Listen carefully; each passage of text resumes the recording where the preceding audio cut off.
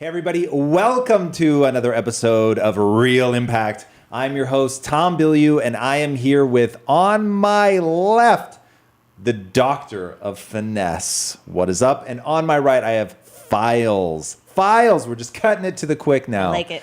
So I feel like we've introduced your full name enough times. People need to embrace the files of your nature. So there it is. All right, today we're going to be talking about Thank You for Your Service. Spoiler alert. So this movie isn't exactly high in spoilers, not that kind of movie. And I knew nothing about this going into it, by the way. I don't know how much you guys knew about it, but I knew essentially nothing.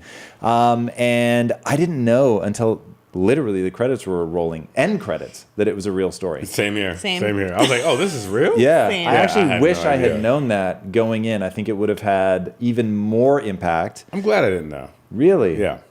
Files. Ooh, I'm kind of glad I didn't know also. I don't, that's hard to say. All right, short tangent here. Yeah, go Did ahead. either of you guys read Memoirs of a Geisha? No. No. Oh, man. Do you plan to? How much do you know about it? Did you see the movie or I anything? saw the movie, but I somehow forgot it. Okay. I'm going to have to spoil it for you because we brought it up. That's fine. So, spoiler alert. So, I didn't know anything about it. Okay. And it was one of those where I was on vacation, and so I always take a fiction book. And to be honest, I thought I was reading a biography.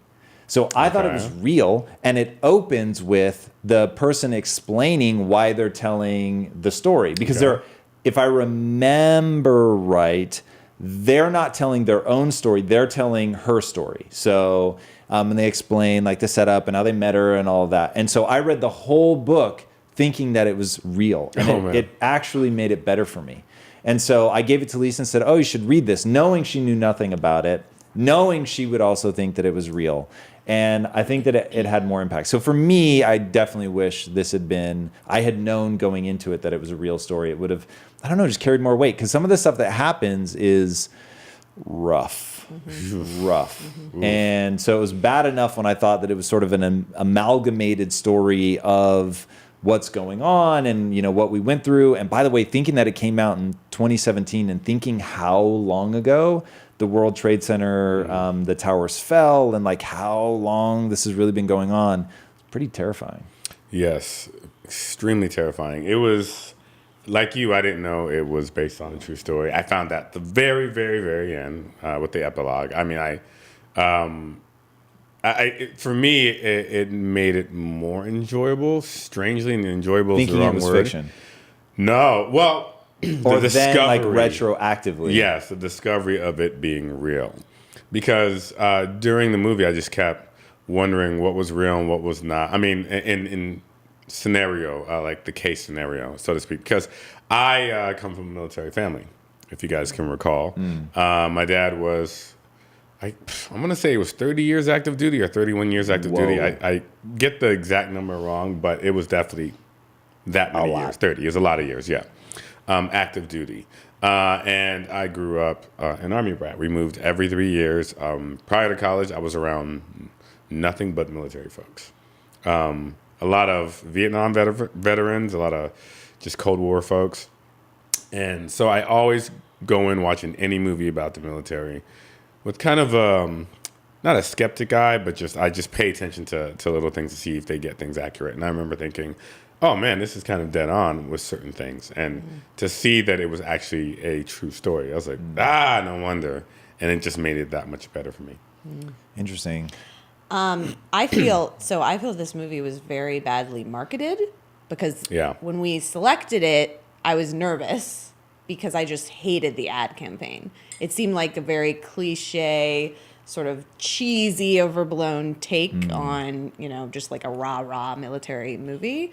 Not that there's anything wrong with loving the military, but just the way the advertisement was, it just didn't seem like a nuanced take.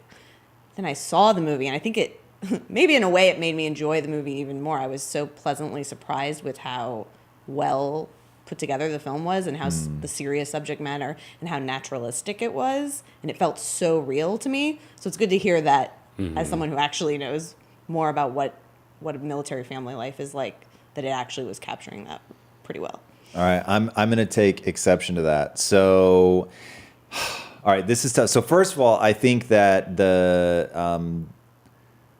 the story that they told was fine. It was well done. So using like a Rotten Tomato score, which I think is skewed so low, like you have to eliminate that when movies get over 90%, I don't even know how that happens, because oftentimes I'll go see the movie and I'll think, okay, it's good, but like it's so bizarre that this got like a 90 plus. Whereas I think starting at around 50%, you've like at 50, if it's a genre that you enjoy, you probably could still really like it. I think up to 70, like 70 could be a great film where you're like, whoa, I loved that movie. North of 70, you almost can't go wrong until you're north of 90, and then it becomes hit or miss again for me, where it's like, I don't know, there's so much zealotry. But anything that's below 40%, like, forget it. So this movie, I'm going to put it like 60% Rotten Tomato scale. So for me, it's like really, say, a B, maybe a B plus. No, it's a B. It's a B. Okay. And the reason I think, and the reason that I'm saying it now, reacting to what you're saying, is if you're going to be naturalistic, then really lean into that. Like, go handheld camera, make me feel like I'm there, like find ways through the language of cinema to really make me feel like I'm there. Ultra naturalistic sounds, where you literally feel like you're in that space. Or go the exact opposite direction and be completely subjective. So if you guys have seen Apocalypse Now, all right, you know, where he's sitting in the hotel room and he's staring up at the fan, and the fan starts to sound like a helicopter, and then you realize the sounds of the jungle have creeped in, even though he's just sitting in this hotel room. That is pure subjectivity. Absolutely amazing. I used to teach that in my class about sound design, how to use sound design to really get inside the internal life of the character. By the end of that scene, he's like screaming, but you hear no sound. I mean, it's just like so well done from a purely psychological perspective, and it really sets you up for the rest of the movie. Now, this movie doesn't do that. Fine, so be it. Naturalistic, love it. And if you'd pitched that as a director and said, we really want to go naturalistic, we want you to, like, this is real. We want this almost to be a documentary. We don't want to put any barrier between you and the characters. Like, we really want to go all in on it seeming like you're really there. Well, then you can't do the more subjective stuff, which they do. When he's playing video games, like the sound effects start to creep in. They do that a few times where it's like something will be setting them off. And so the sound design starts to be like the sounds of the war. You've got the time where he's having the delusions and the guy's like screaming at him. But they walk this weird line where they don't commit all the way to being a documentary. And in fact, I'm going to make an X-Files reference, which for those wondering where she gets the name, I'm thrilled. They shot one of the episodes like an episode of Cops. Yep. And I thought... X-Cops. I'm sorry, I thought you said this movie. That's the name of it? X-Cops. Yes. So they use like the camera's handheld and it's following them and everything's done in long takes and all that. Like, they could have really embraced that and made this feel like...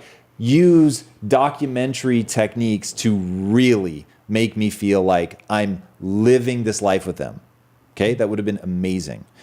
They didn't do that, and they didn't go the other direction. So I felt like it occupied this horrific middle ground. And I'm exaggerating because this is a B, but this is a B for me in spite of the fact that I think they made a terrible choice on that end. They went middle of the road. Okay. It felt like tone by committee, but I will say the performances were unbelievable. Unbelievable. In fact, I'm going to ask before I go on to what else was unbelievable. Who was the best performer in this? Well, I'm of two minds. Okay. Let me make sure I get his name right. Bilyeu Cole plays Solo. He's a total newcomer. I read a crazy story about how he got selected to do this role. The director basically banked the film on him and like had to convince everyone to hire him because he'd done nothing before. He came from New Zealand. It's just a great story, and I thought he was fantastic and had a really tough part because he's playing someone who's dealing with a neurological thank you, issue. And so yeah, that was a really tough role. But then also Miles Teller is so brilliant in this. And his wife, I don't know, I thought every performance was great. But the two main leads, of course, they both, I think, were outstanding. Yeah, for me, it was... Actually, wait. Okay. You know what? In this show, it's all binary. You've got to decide which one. Oh, man. okay, I'm gonna go. She's crumbling under the pressure, Dr. Finesse. Files, just In files. the spilling. I know, right? I'm gonna go with Solo. Okay. All right, so she's chalked her answer. Where are you at? I'm going to pick one, but I'm going to tell you about two. But I'm going to pick one. Because you It's not just me. starting to got be the familiar. opportunity to Thank talk you. about All right, two. and then we'll, fair enough. I'll start with Miles Teller, Schumann, because he reminded me, again, if you guys ever get the chance, watch the recent documentary series that came out called Vietnam War by the great Ken Burns. Just came out. It was on PBS last month, every day for 2 weeks, and I did not miss a single one. It was just fantastic. Wow. And he really got inside of the minds of Vietnam War vets. Granted, completely different wars, and it's even mentioned in the film how people react to different wars, different situations. But PTSD is PTSD. And Miles Teller's character, people react differently, of course, to PTSD. But he kind of reminded me to that faction of war vets who keep everything within and seemingly act like everything is great. Because, two things. You don't want to remind yourself of the horrors, and you don't want to bring that back to your family. I'm speaking just from an outsider. I don't fully know because I didn't go through it. But you see that all the time. And that was very common, again, in military life. You saw that a lot with Vietnam War vets. And I thought he did an excellent job portraying that. But Solo, oh my God. So many reasons why I love Solo. His acting was fantastic. I meant to look up and find out where the hell did this guy come from because he's so unique and I'd never seen him before. I had a feeling he was from New Zealand. There's just this crop of New Zealand actors that Hollywood always goes after, and he just had the look. Mad love to Taika Waititi, by the way, director of Thor Ragnarok, and one of the best characters in that movie. Taking over Hollywood. Yeah, Fantastic. shocking. And just his struggle, everything about him. We'll get into it, but I absolutely loved him. And also going back to the reality of it all. And I'll make one quick note too, the fact that he was Samoan, because again, everywhere I moved every 3 years growing up to a different base or a different post, depending on if we went to an Air Force base or an Army post. No matter where we went, there was a good percentage of Samoans in the military. So many. Which brings you back to the note I was going to make. There's a part in the movie where the guy's like, "Where's Samoa?" And I was like, no. There isn't a person in the military who doesn't know where Samoa is. Maybe that happened because this is a true story. But that guy must have been pulling his chain because there isn't a single military guy who doesn't know about Samoa because there are so many Samoans in the Army. Really? I'll just say that. Wow. But Solo, that's my pick. Hands down, easy. He was authentic. He seemed like someone that, I don't know, he was And authentic. thank goodness, again, the director fought so hard to have a Samoan play the role. He's like, we're not changing it to have like a bigger name. Oh, exactly. It has to be real to the real story. Yeah, unless you get The Rock. Yeah. And you can't get any more They were bigger like, and Samoan. Sorry, everybody. It's like The Rock is playing Exactly. the character. Oh, but wait, right. he's too old. So the guy that plays Solo puts in an Academy Award performance. He melted my brain. Halfway through the movie, I actually forgot he was an actor. And I was like, this is so good. I was legitimately freaked out when I remembered partway through the movie, oh, this guy is acting right now. Yeah, I was super freaked out. So that, to me, that was amazing. And he, by far, for sure, stole the show. Easy. Now, Miles Teller was genius. And this kid, where did he come from? This guy, every performance is amazing. So totally blown away by him. My big, the thing I will clap loudest for, and this was them trying to be naturalistic, there is not an ounce of glamour in this film. Now, having lived in London for a while, there is a really fascinating thing where average looking people are all over TV.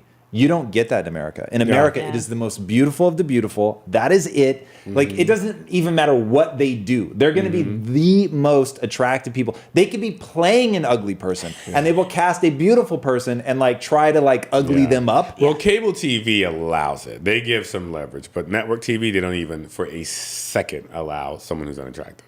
You know what I mean? 100%.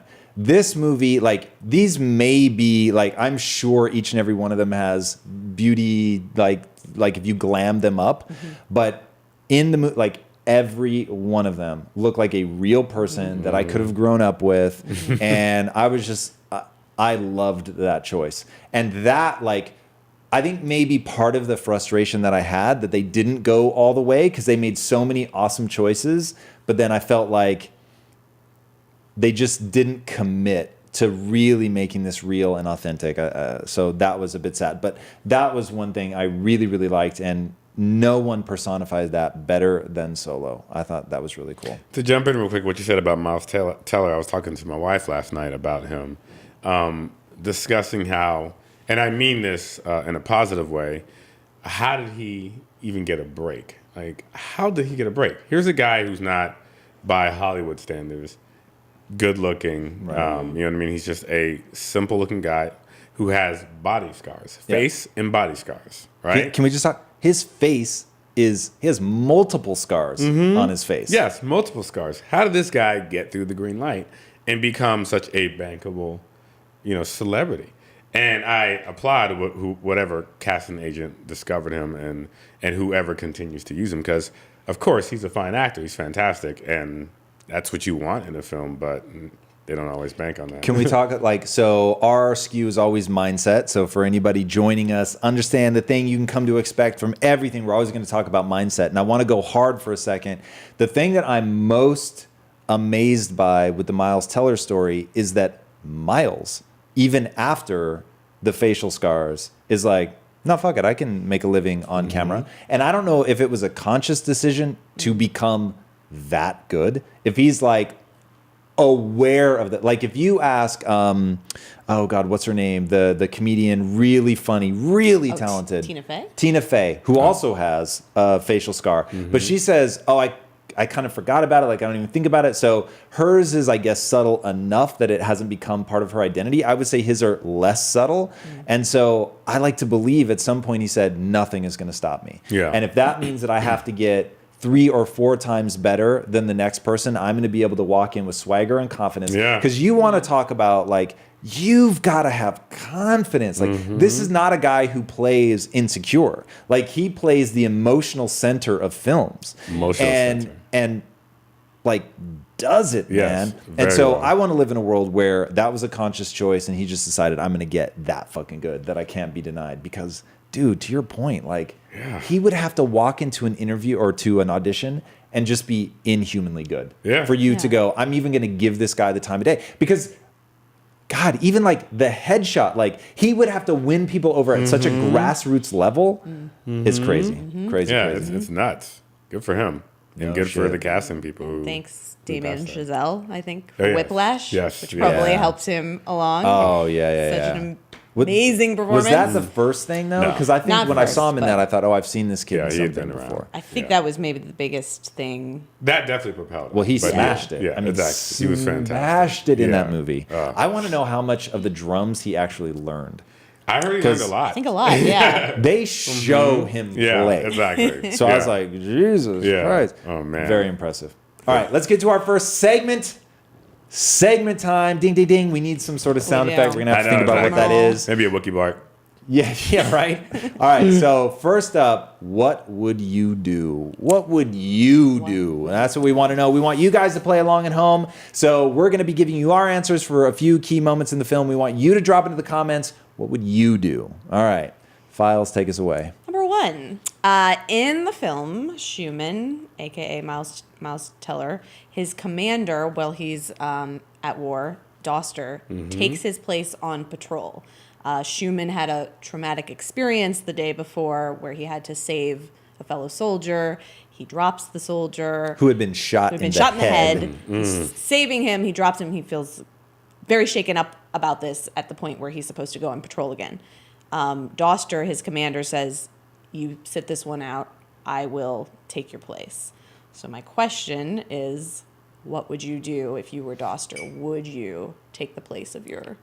If you were Doster. Yeah. Interesting. Okay. Huh. Well, I've established in our other What Would You Do segments that I'm quite. You're a runner. I'm a runner, and I barely run from fear. In this case, there's just this sentiment in the military. The no man left behind. Everyone. Not to say that everyone has that courage under fire, but I would like to think, if I was in this situation, I would go in his stead. That's a huge thing to go through, to have someone shot in the head, you carrying them down the steps, and then dropping them on his head, and for a moment risking the person's life. I mean, the guy was already doomed to start, but I would like to think I would take his place. So I know we need a definitive answer here.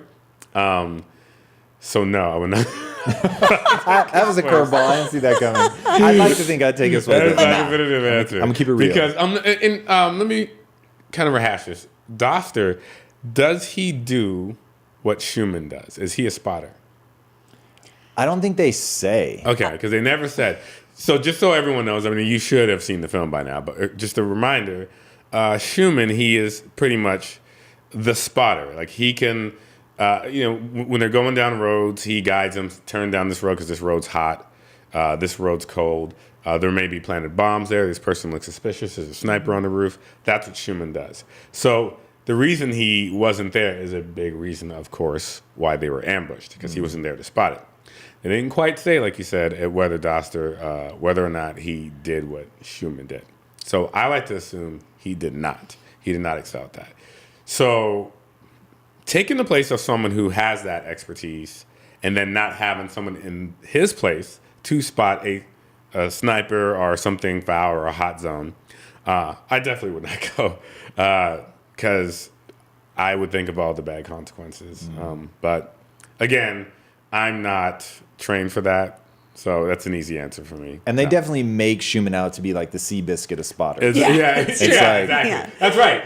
Going back to your point of it being very real, but skewing one way at one point. And, there was that point when they're driving down the street and he's like, I don't like this road. And one of them's like, how do you know? And then Solo's like, he just feels it, man. Yeah. He doesn't see anything. He feels it. He just feels it. Or Emery said it, actually. And I was just like. The funny thing is, though, so as a super brief side note, in World War II, they had these guys that were really good at reading the radar. And because it was actually on radar, it's hard to tell the difference between a flock of birds and airplanes.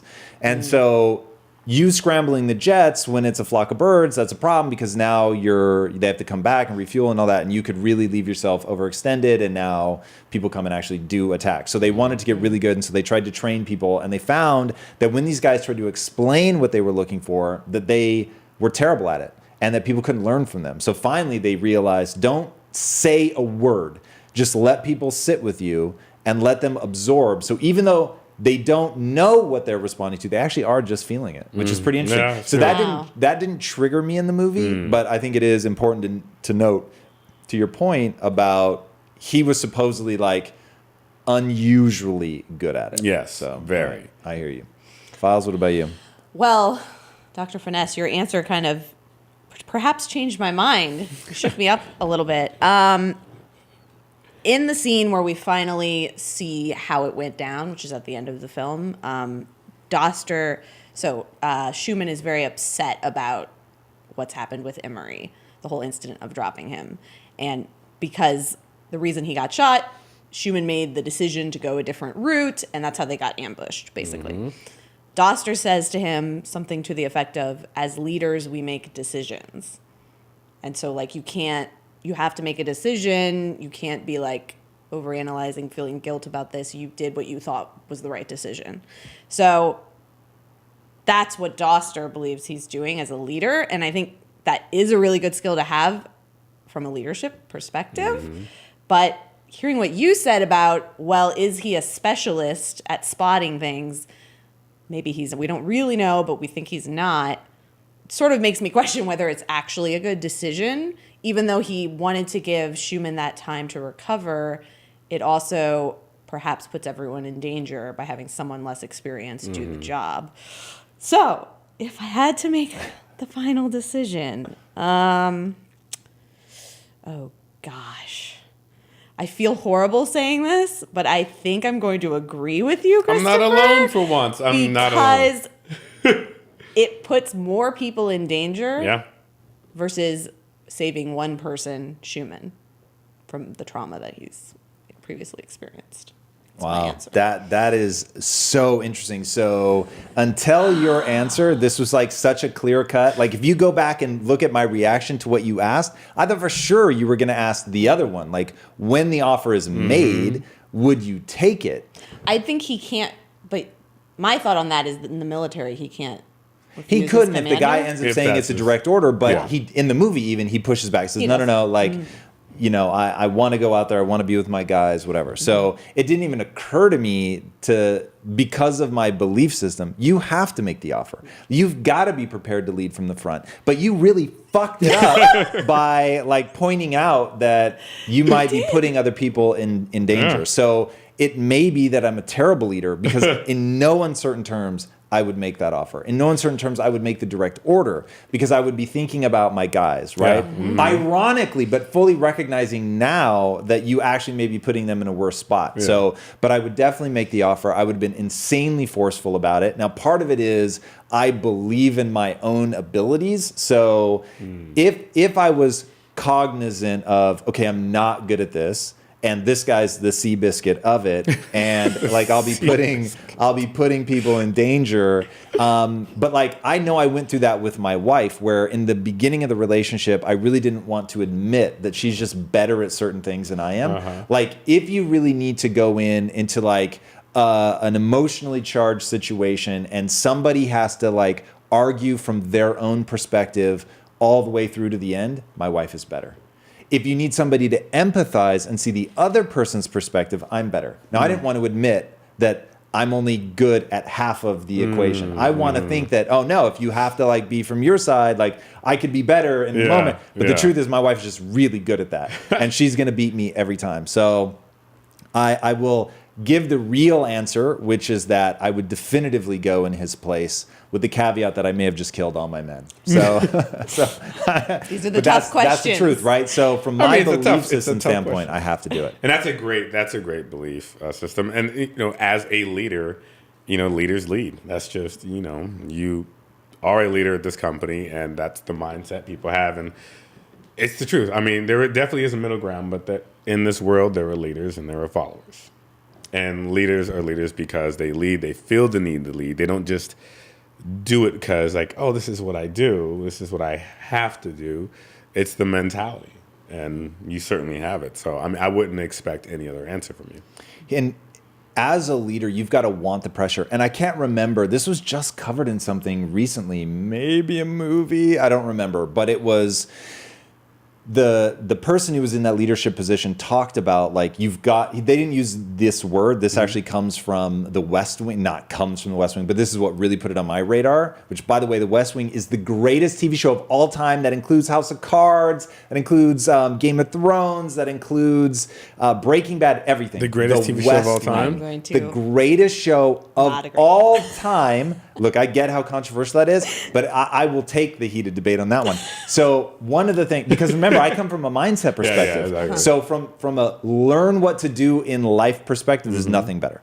Now, one of the things that the president says in that show, Martin Sheen, thank you, is you've got to want the ball. And that is, you've got to want the ball. That's one of the most important things as a leader. So if somebody were to break in here with a high-powered rifle, I want you guys all to not look at the gunman, look straight at me and be like, what's this motherfucker going to do about it? Right? Like, and that's like, obviously that's a lot of pressure. But you've got to like, as a leader, if you don't want that, if you don't want people to turn to you and be like, you're the fucking one that's got to go handle this, then don't be a leader, because you have no moral obligation to be in that position. Like, it is not a better role. And that's one thing I really want people to understand. Being a leader is not better. It doesn't make you a better person to be a leader. It just means that's the role that for whatever reason you want, and you're going to go and optimize for that, and you're going to try to be great at that, right? And I learned this in my marriage, because to believe that the leader is a superior position would mean that I'm a better person than my wife. I'm more important than my wife. You want to talk about setting your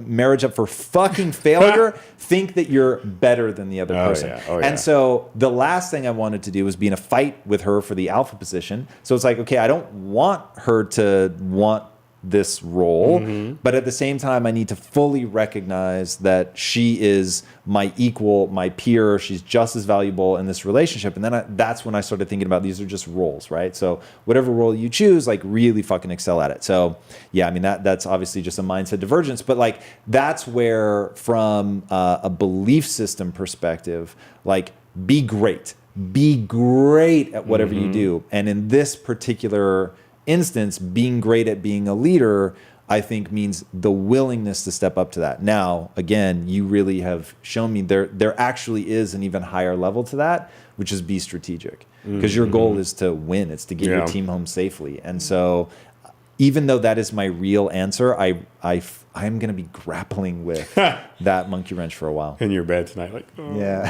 What do I do? All right. We ask tough questions. Yeah. There. All right. So we have 3 segments today. These are really fun. So I want to make sure that we get to them all. I cannot help myself. I'm going to jump right to the next one. So this is the temp title. This is the working title. But when we were trying to think of making this a segment that could apply to a lot of films, Dr. Finesse showed why he is the Doctor of Finesse. We want to talk about themes. We were brainstorming, like, how do you like make that a segment? And we were coming up with really terrible names. Like my suggestion was theme grab bag or whatever I said. And Christopher just goes, Cold Stone Themery. So there it is for the ice cream fans out there. Cold Stone Themery is our placeholder title for this segment. That's amazing. All right, placeholder potential final. Yeah, right. Final so name. Maybe final. Let us know. Hashtag joke no joke. So yes, the theme we were going to talk about today from this film, most prominently Schumann's journey, Miles Teller's journey throughout the film, which is to admit that he has an issue coming back from the war, admit that to himself, and then B, confront the various specific details that from his past that are keeping him from moving forward. Right. Own your shit, basically. Like, own it. Own that you have a problem. Own that you're essentially lying by omission. Like, how does ownership of all that stuff play out? Now, real quick, so just to tell the story, again, I know you've seen it by now, one of the big things that he had to own was the fact that he had this story to tell, whether it was to his wife. About being in trouble emotionally, or Doster specifically? Being in trouble emotionally and Doster. So you want to recap for us what happened with Doster? Yeah, so with Doster, as we kind of gave a hint to earlier, Doster took the place of Schumann because Schumann was a little traumatized by choking on Emery's blood and dropping Emery on his bullet-riddled head. And Doster dies. He burns in the ambush in the truck. So when Schumann returns, he's approached by Doster's wife, which was very, very confusing to me because it was Amy Schumer. Dude. Who A, is a comedian. The actual fuck? Yes. And B, her name is Schumer. And she runs up and goes, Schumann! And I was like, what's happening? Is she saying her own name? Is she saying, is this a comedy? What's going on?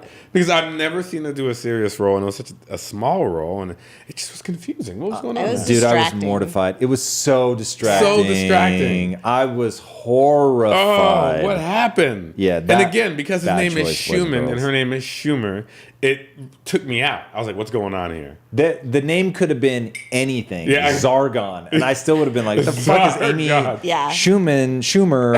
I can't even remember her name now. Yeah. But like, what is she doing in this role? She's not only is she a comedian, she's a pretty raunchy comedian. So it was like, and she plays the most dramatic role outside of the central character. So I was like, a linchpin to the plot. What? I was like, what's going on? So she basically, when he returns from the war, she approaches Schumann and asks him, I need to know how her husband died. She wants to know how he died. Were you there? Or at least do you know the details? He simply does a white lie. He wasn't there, but he says, I wasn't there. But he knows the details because he's very much involved in the details. In fact, as he looks at it, it's his fault.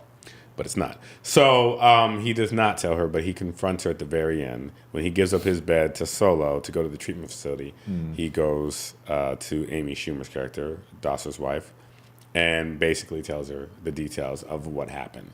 That Doster took his place and he burned up in the Humvee. Now, to me, that was a very powerful scene, extremely powerful scene, because it reminded me very much of Born on the 4th of July. Was it powerful on paper or in reality? Reality. In reality, and just having to do that, because especially when you think you caused someone's death, whether you did or not, and you have to confront their mourning loved ones. That's a tough thing. And are you guys familiar with Born on the 4th of July? Did you see it? I think I did a long time ago. Fantastic. It's one of my favorite movies. It's Tom Cruise. Tom Cruise. It's an Oliver Stone film. As a paralyzed veteran. Yes. He's got some range, actually. And that's when I really first started appreciating him, because I think it's like an 1988 movie. And there's a very powerful scene in the movie where he returns. Well, he's already back from the war, but he's grappling with a lot of things, being in the Vietnam War. But one of the things that happens is they were running from enemy fire, and they all retreated and hid behind this hill, this mound. And another American soldier is running back, and he's panicking. He just looks up and he sees kind of like the silhouette of the soldier. Yeah, it's like the bright sun is behind him or something. The sun's behind him. Yeah, I remember. And he fires and he kills one of his fellow soldiers. So one of the things that he has to do is to at least help himself heal, to begin with healing, is he goes to the wife of the fellow soldier eventually and tells her how he died. Now, see, now that this is all coming back to me, that was powerful. Yeah, extremely. Much more powerful than this, that's for sure. But I guess I'm looking back in retrospect to this being a true story, that it's a tough thing to go to someone's mourning wife that you lied to essentially before and say, hey, not only do I know how your husband died, he died because he took my place. She was very understanding, of course, but it's a huge moment in the film with Amy Schumer. But now I'm forgetting. What was the question, though? It wasn't so much of a question as a general discussion, but I can kind of jump off what you're saying. Yeah. One thing I loved about how they handled his journey, or the stepping stones to getting to that point where he's telling Doster's wife the real story, and getting it out.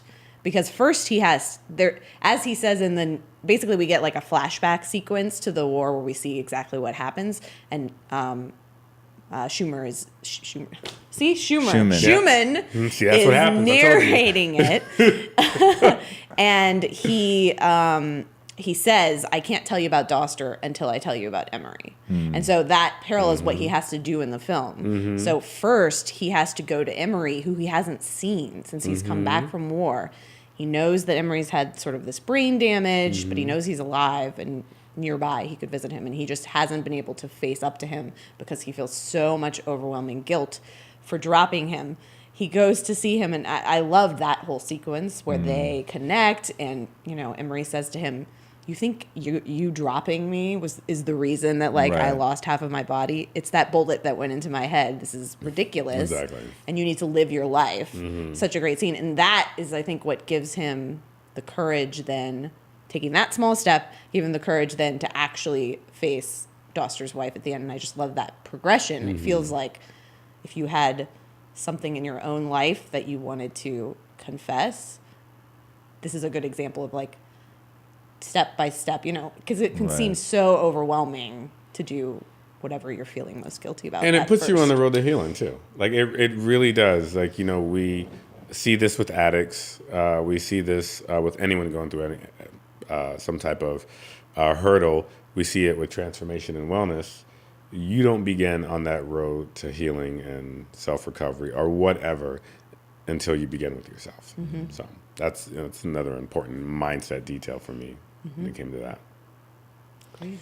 Yeah, so the theme of taking ownership, I think, is really powerful, and I thought that it was well explored from a naturalistic, realistic standpoint, not from, though, a really empowering standpoint, which would have been Not necessarily this movie. It's just that's my own predilection. So as we're creating content as Impact Theory Studios, that's like it would be explored in a different way. I think you guys have covered how they've handled it here. So what I would love to see is really making that a central theme, and let's see what happens as a consequence of owning that. So if we were going to cover something, it would be you see like the spot that he's in emotionally. He's not able to open up. He's not able to communicate with his wife because he's haunted by this thing. So much like I can't tell you about Doster until I tell you about Emery, it's like he can't have a relationship with his wife until he owns his shit, right? Until he owns it, until he realizes, A, I have a problem. B, my problem is partly because I feel so bad about my role in this. And they never really address it, but and now I'm painting it with my own thing, but I love that he feels weak. This is how we would attack it, because I am definitely projecting. But he falls not only because he's choking on the blood, but because he's going downstairs, right? So it's like he's heavy, he's on my back, and like so watching somebody try to address that from the physicality standpoint would have been interesting, right? So if we open on him and he's like squatting and he's trying to get strong, and people are like, why are you so driven? Why are you in the gym all the time? Like, why are you trying to get so yoked? You see him doing fucking steroids, and it's like, I'm never gonna be weak again, right? And so he's in the 80-20 for any of you that watch our other content. You know my obsession with that 80-20. So 80% is the beautiful, the things you're grateful for, the times when you were courageous, and then 20% of the time is kicking yourself in the ass for being weak. But when you spend too much time in the 20%, then it really begins to corrode you. And so doing that would be an amazing example of how this is eating away at this guy. He's so obsessed with this moment of weakness, with failing his friend, that he's just derailing, spending all of his time thinking about that negativity. And that's how his character is spiraling out of control. Then to be able to recognize, because one of the greatest moments in the movie for me was when the therapist is like, you need to talk about this. You've got to invite people in. Like you've got to let your defenses down. Like that human connection is the only way you're ever coming back from this. So to have built him up as like really being lost, because they don't really give you a lot to go on. In fact, this movie I don't think is going to do well, maybe other than awards. It's got a shot at winning awards, but I don't think it's going to do well at the box office because they don't externalize what this person's going through. So for people that really like empathize in a big way, a small little look on his face really makes you connect and empathize, but they don't get it out. If they had done something where we could see the struggle and how it manifests in his life, where the weakness of not being able to carry him down the steps manifests as like having to work out all the time, doing steroids, trying to get big, saying I'm never going to be weak again, then it's like, no, you've got to be vulnerable. You've got to communicate. You have to own it. Going and saying, look, because of that, like he having that cathartic moment with him where he's like, look, asshole, like you really think this is because you dropped me down 2 steps when I was shot in the head. So it's like, having that moment, which then opens him up to being able to go and confess, like, Doster, I think ultimately is my fault because I wasn't in the car, and then be able to have a relationship with his wife. Like, if they had really externalized that arc, I would have been way more into it. Or externalized it through cinematic techniques like they do in Apocalypse Now, I could have really, really enjoyed it. I could have seen that theme more thoroughly expressed and explored. And I feel like instead of that, we got a sort of halfway documentary look at someone's life. Now, the reason documentaries are never going to be as profound is because they're so much less subjective. Yeah. And so you're not emotionally experiencing it. Disagree with that. Let's hear it. Just documentaries are very subjective, despite the fact that they're dealing with fact-based material, and I think can be totally equally as powerful because you're still telling a narrative tale in a documentary. Now there are, so why don't you think, because I'll actually concede that, but why don't you think that documentaries do as well?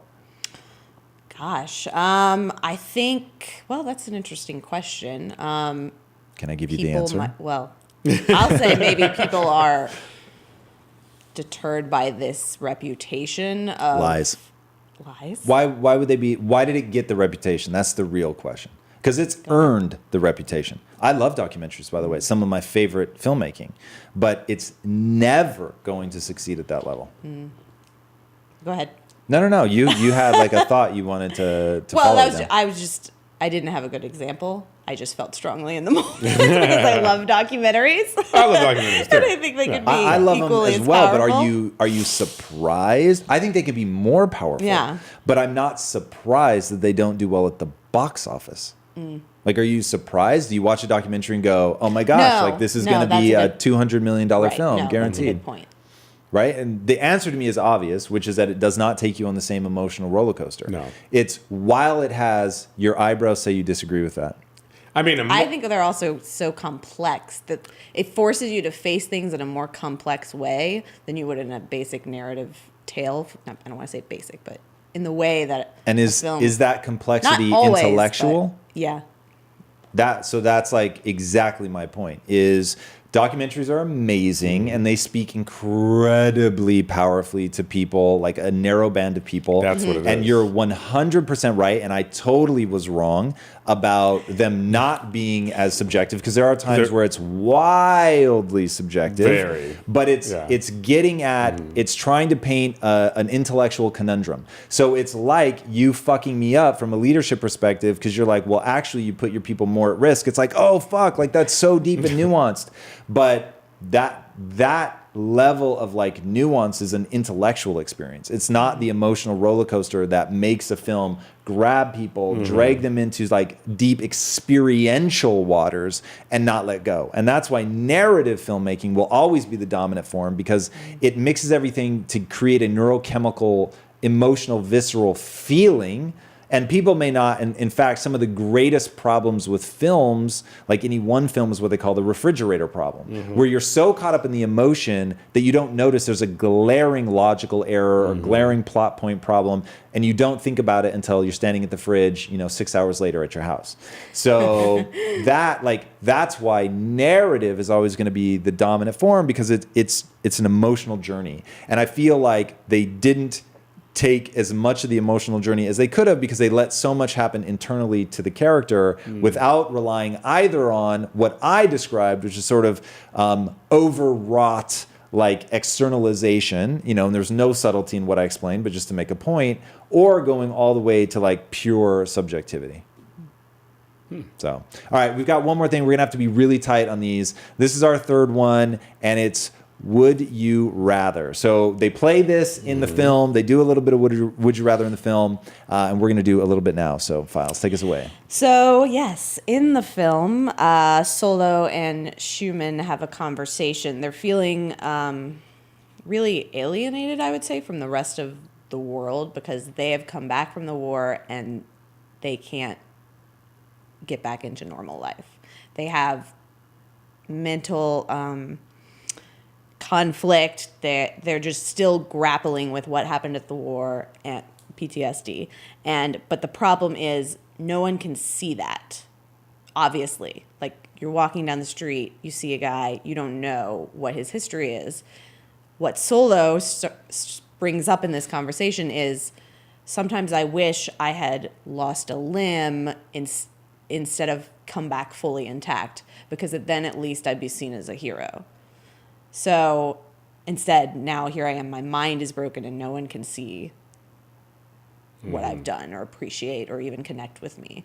So the question is really just, it feels strange to ask, would you rather, in a wartime situation, would you rather lose your limb or come back intact? But I think it's an interesting question to think what makes a hero, how important it is that other people perceive you that way. How do you deal with all of these issues when you can't, when the rest of the world can't connect with you? So just to make it super concise, and we want you guys to answer in the comments, would you rather a very significant physical wound that has echoes through your entire life? So let's make it really simple. Would you rather lose one of your legs, or would you rather have psychological problems? I already know your answer on this. I may be wrong, but I think your answer is certainly correct. Yes. Definitely, I would rather. I preface by saying it's really, really tough. This is a tough answer for me, but I would say I would rather lose a leg, because I like to think that I'm athletic enough to endure without a leg. I know it's tough, but I like to think with an artificial limb. I know it's really, really tough. You hear about the physical therapy that people who lose limbs have to go through. But I like to think that it's something I'd be able to handle and overcome and just deal with. Losing your mind in any shape or fashion sounds like a nightmare to me. It's terrifying. It's the reason why I don't even do drugs. It's the reason why I've never been drunk. It boils down to that minute detail. And when it comes to my fear of losing my mind, like I don't want to be drunk, not because I'm being responsible. I've never been drunk.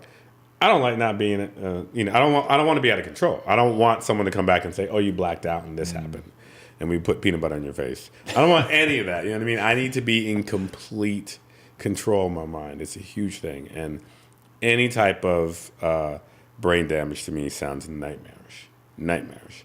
So for me, that's easy. Yeah, definitely lose a limb. I'll lose my head before I lose my mind, but I'd probably lose my mind if I lost my head. I would say that's a definitive yes. I will easily agree with you. Yeah, losing a limb is something you can come back from. There's, especially with technology these days, there's so many. It's a definite hurdle, but your brain is so precious. And there was one scene shot in the film that's particularly stood out for me. Solo and Schumann decide to go hunting, and That was scary.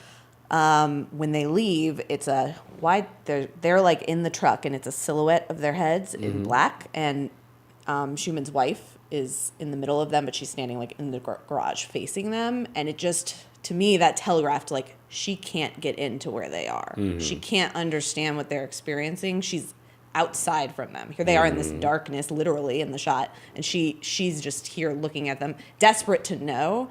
And so, like, if you lose some part of your brain or your emotional capacity based on an event, that's isolating you from everyone in your life. It's just it's something that's going to be so horrible to deal with that for sure I would take the other option. Yeah, great analysis of that shot, by the way, which did not even make my radar, but that I sounds missed it because I was texting a guest who canceled. I had to like rebook the guest for a different day, and it was that part I remember, and I was so pissed. And thank God it was only me and one other guy in the theater. And that other guy in the theater, I swear, bought his ticket just to sleep because 2 minutes in, he was like, wow. And I was like, this guy's a father, and he needs to go sleep somewhere. That's he came hilarious. to the theater, so yeah. That is hilarious. All right, before I give my answer, I just want to say on behalf of everybody here at Impact Theory Studios, thank you for your service, first of all. If you have served in any way, shape, or form in the military, truly, truly, truly beyond grateful for that. Second, we're doing this definitely in a lighthearted way, but in no way, shape, or form do we take for granted the immeasurable loss that either of these would be. Now, having said that, for me, there are only two things that terrify me. One is my wife dying, and then the other is brain damage. That's it. Like, losing a limb would suck in ways I can't even comprehend, and I've never had to deal with it, and so I fully acknowledge that. But there's a way back from that. And I'll take the most extreme example. Look at Stephen Hawking, who has lost he has one muscle in his cheek, and he can move his eyes, and that's it. And has still had a just incredible life, and said because of what was happening to his body, it actually forced him to find an internal life. And he said, I've solved problems in physics that I would not have been able to otherwise had I not lost my body, because it really limited what I was capable of, but I still had my mind. So for me, it's just an incredibly easy one. And then I will also say research a guy named Hugh Herr, who we're trying to get on the show, by the way. And for anybody that found us purely for media, I'm talking about YouTube.com/Tom Bilyeu. We have a show called Impact Theory, not to be confused with Impact Theory Studios. And he's one of the people we're trying to get on that show. He's a double amputee above the knee, and he's created prosthetics that allow him to sprint all out without any change in his gait. When he's walking, and he's wearing long pants, you cannot tell. You can't tell. It's like out of a movie. You can't tell. It's so unreal. It's insane. So it seems easier to bounce back. I don't want to say, hey, technology solved it all. And I'm sure it's outrageously expensive. And it's still in that place where it's not available to all. And so in no way, shape, or form am I trying to make it sound like that would be easy. And in fact, that's what makes this so interesting is it is brutal on either side of the equation, but we all have a belief system that makes one answer more obvious than the other. And for me, it is, man, if I can keep my mind, I'll call it a win. All right, we're going to have to wrap with that. Guys, thank you so much for joining us. Our final segment. Ratings, right? Yeah, I was just going to say. I panicked. The final out that we always do is to rate with thumbs up for Mindset or thumbs down for Mindset, thumbs up or down for the film as a whole. So, Dr. Finesse, where are your thumbs at? Oh, in fact, that's the name of the segment. Where are your thumbs at? Where are your thumbs at? That's right. So, where are your thumbs at? My thumbs at? Okay, so for a film, I'm going to give it a thumbs up. There's no neutral for me for this. It's definitely a thumbs up. If I can skew it would be like the Leaning Tower of Pisa, but I'll definitely keep it at a thumbs up. This man has trouble with binary. It's like, it's at a 78-degree angle. Would we even give you like a halfway point? I know. So It's not a halfway point. It's not. It's like literally. It's like halfway to the halfway. Yeah, halfway to the halfway, but closer. Closer to a thumbs up. So I love the it. Leaning Tower of where my thumb is at. And as for Mindset, definitely a thumbs up also. Even if it wasn't executed in certain spots, I definitely give it a thumbs up. And I'll go back for the reason of being that I grew up as a military dependent, AKA Army brat, surrounded by Army people all my entire life, and military people, because we were on Air Force bases sometimes, depending where we were. And I lived 6.5 years on an Air Force base in Japan. But there were people that really didn't talk about anything they went through. In my case, I was a Cold War kid, so many of the older soldiers or even existing soldiers were Vietnam vets. And they just didn't talk about it. So there's not much I know. I don't have any type of advantage over knowledge when it comes to the military. But one thing that's really important about this film, and this is why I think this film is important, whether you love it or not, is people need to know what is going on. My brother's experiencing this. I didn't mention this earlier, but my brother, he's a vet also. He was in the 82nd Airborne. The VA hospital. And how troops are treated when they return from, whether it's the war or just when they're discharged from the Army or whatever. It's like the government, in a sense, forgets about them. It's a bold statement, but it happens. And my brother has a multitude of problems, physical and mental, that he can't even get treated for because there is a 4 or 5 month wait. You'll see this film, and there's a point in the film where he hears that it's literally 4 or 5 months. And I was like, oh my God, that's exactly what my brother gets told. 4 or 5 month wait just to see a doctor with problems that he received while serving, right? Wow. It's ridiculous. These people put their lives on the line, whether you agree with war or not.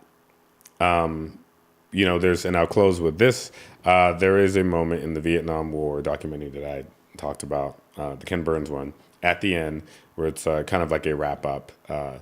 All the various talking heads you see during the whole series. And one woman in particular was a very, very adamant Vietnam protester. Still protests the war, whatever. But one of the things that she mentioned at the very end is the only regret she has was calling the soldiers baby killers. It wasn't them. There were high-powered men in the government sitting comfortably in their chairs, calling these orders. And the people who come back from the war are dealing with more problems than anyone could ever imagine. There is no way you can ever even fathom experiencing, or I can't even begin to fathom what any soldier goes through coming back from the war. So I think these are important stories that need to be told. So for that reason, I give it 2 thumbs up. It needs to be seen. It needs to be told. We need to hold our government accountable for everything, not just other countries and our involvement, but how they treat our returning veterans. That's just my 2 cents. So, yes. All right. Wow, I can't say it better than how you just said it. But I will say, yes, I definitely give the film a thumbs up. Not even a leaning Pisa thumbs up, full thumbs up. I was really surprised by it. Like I said, it was advertised strangely, and I didn't know what to expect. And I loved the natural element. As I've told you, I felt so immersed in the world and felt like these men really served together. These are real soldiers. Even like you said, I forgot that I'm watching acting. And I just felt, I loved that aspect of the film. It's a story that definitely needs to be told and doesn't get talked about enough. So I really hope people please go see it because I think just there needs to be more attention. The scene in the VA hospital was shocking because even though I've read in the news and heard about how hard it is to get treatment at VA hospitals, seeing that in movie form where you see him waiting, they're just waiting in all these different overstuffed waiting rooms, and you're like, what? How do they have to wait? They just came back from war. This is unbelievable. We know how messed up they are. They need this treatment. So yeah, I thought it was really great. And I'm also going to give it a thumbs up for mindset. I felt like the journeys the characters go through, while particular to their situation, you could extrapolate that from the film and apply it to your own life. So 2 thumbs up for me. Nice. So I will say that the acting alone in this movie is worthy of a thumbs up on the film side. I gave all my explanation earlier why I think that they made some mistakes of opportunity. How about that? I think it could have just been done better, but the movie was still good. And I'll definitely give this like a solid B rating. You're not going to go wrong. If anything about this movie looks appealing to you, you're going to take something away. I'm not going to say you're going to necessarily enjoy it though, which is weird because it's hella depressing. But it's a great journey to go on. It's a good journey to go on. So you won't lose. On the mindset perspective, I'm going to give it neutral. And I'm going to give it neutral because I think in no uncertain terms, it's what you bring to it. So they don't go out of their way to deal with mindset. But there's so much there if you're willing to really stop and think about it or engage with an amazing panel like this. There's just massive amounts of food for thought. I would have liked to have seen them take a stance on it a bit more, but they do a very good job of presenting some very intriguing things. So only because I don't feel like they really push down that path is something to really explore. They just present it. I'll stick neutral, but that's my rating. All right, guys, thank you so much for joining us. If you haven't already, be sure to subscribe. And until next time, my friends, be legendary. Take care.